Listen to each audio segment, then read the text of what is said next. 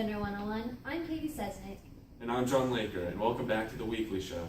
It's a beautiful day today, isn't it? Yes, I finally got to wear shorts the other day, so I'm loving the spring weather. I know, my kids are too. They've been playing outside right after school every day for the last 2 weeks. They don't even stop inside to put their backpacks away. They just jump right off the bus and run to the jungle gym. My little Isabel's the same way. I can't even get her to come inside for a snack. It's so great when kids learn to enjoy the great outdoors.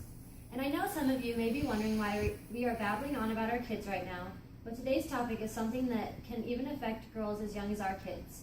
Today we will talk about female sexualization, specifically focusing on young girls. It is a topic that is very prevalent in our society today and seems to only be getting worse. But before we talk about its presence in our world today, let's first take a look at how this all started. According to Joan Jacobs Bromberg in her essay, Breast Buds and the Training Bra, the mass production of bras in the United States during the early 20th century was the first step in transitioning young girls into women. This became the breeding ground for the ideal feminine physique. And today it has turned into much more than just which bra to buy. It has affected young girls' self-esteem as well as exposed them to promiscuity at an early age. To further explain the effects of this troubling situation, we have Ashley Charles here, who is a female representative for the women's rights activist group. Let's give Ashley a very warm welcome. Welcome, Ashley. We're glad to have you here today. And I'm very happy to be here.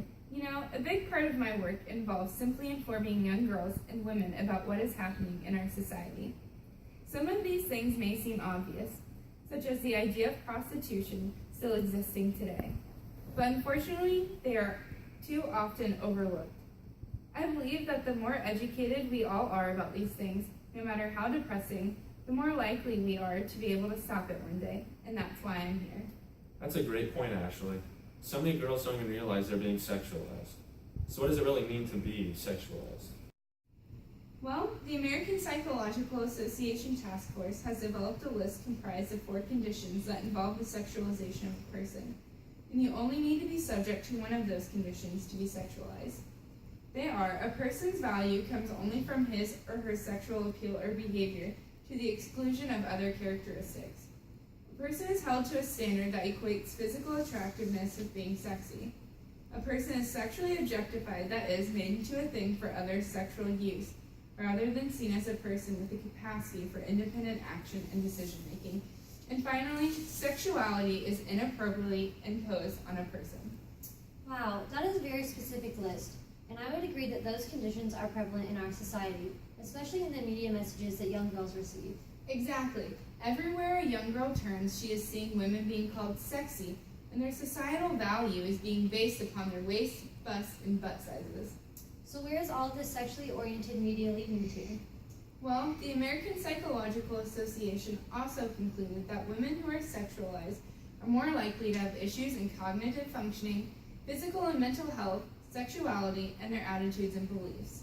My correspondent researcher, Marie Chamberlain, has actually recently conducted an experiment to better understand society's current perception of underage girls. Well, why don't we bring her out now then? Please welcome Marie Chamberlain. Welcome, Marie. It's such a pleasure to have you here. I'm glad to be here, John. So can you first explain to us the purpose of your experiment? Well, the purpose of my experiment was to see how labels, or in this case hashtags, influence an outsider's opinion on a subject's looks. I wanted to find out how often people are influenced by the media and their peers and how socially constructed beauty is. Okay, so how did you go about collecting your findings? Well, first I created a new Instagram page called Child Goals, which is shown above, and followed a bunch of random people. I posted pictures of young girls who had been objectified in either other Instagram posts or somewhere else on the internet.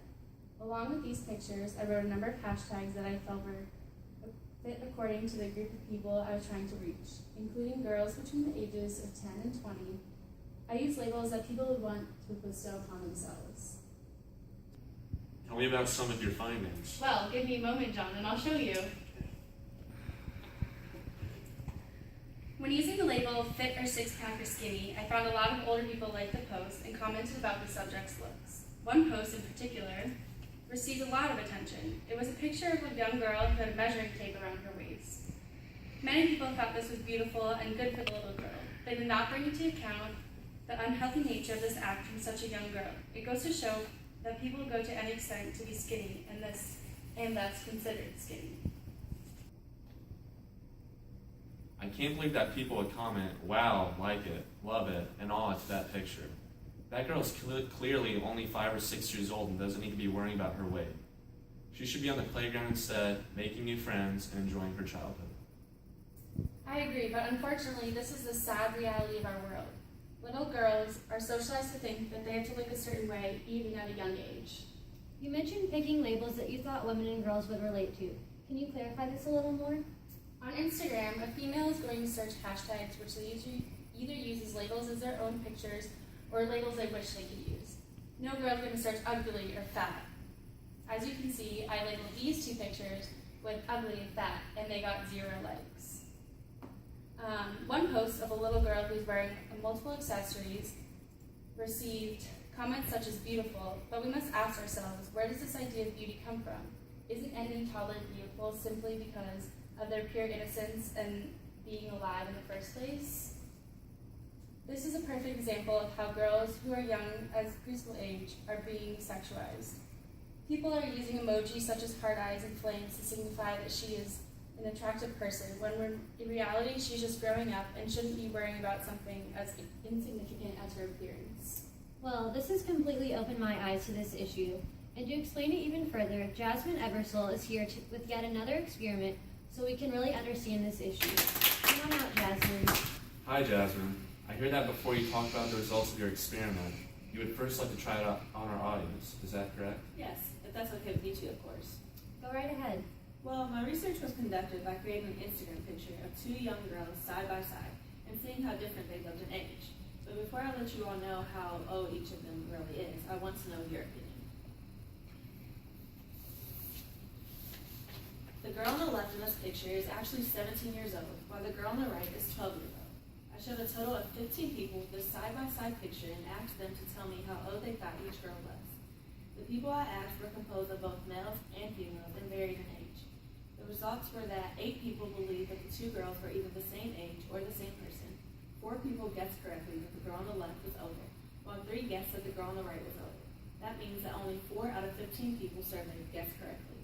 This shows a severe problem, as the difference in appearance of a 17-year-old and a 12-year-old should be dramatic. However, because of the pressure put on young girls to be skinny, wear makeup, and wear revealing clothing, this gap in appearance is rapidly closing. That is so shocking at how society's view of women is really affecting young girls' opinions of themselves. And it's not only making young girls look a certain way, it's also affecting their health.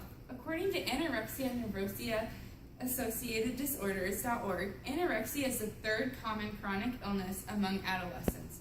Furthermore, 95% of people with eating disorders are between the ages of 12 and 25.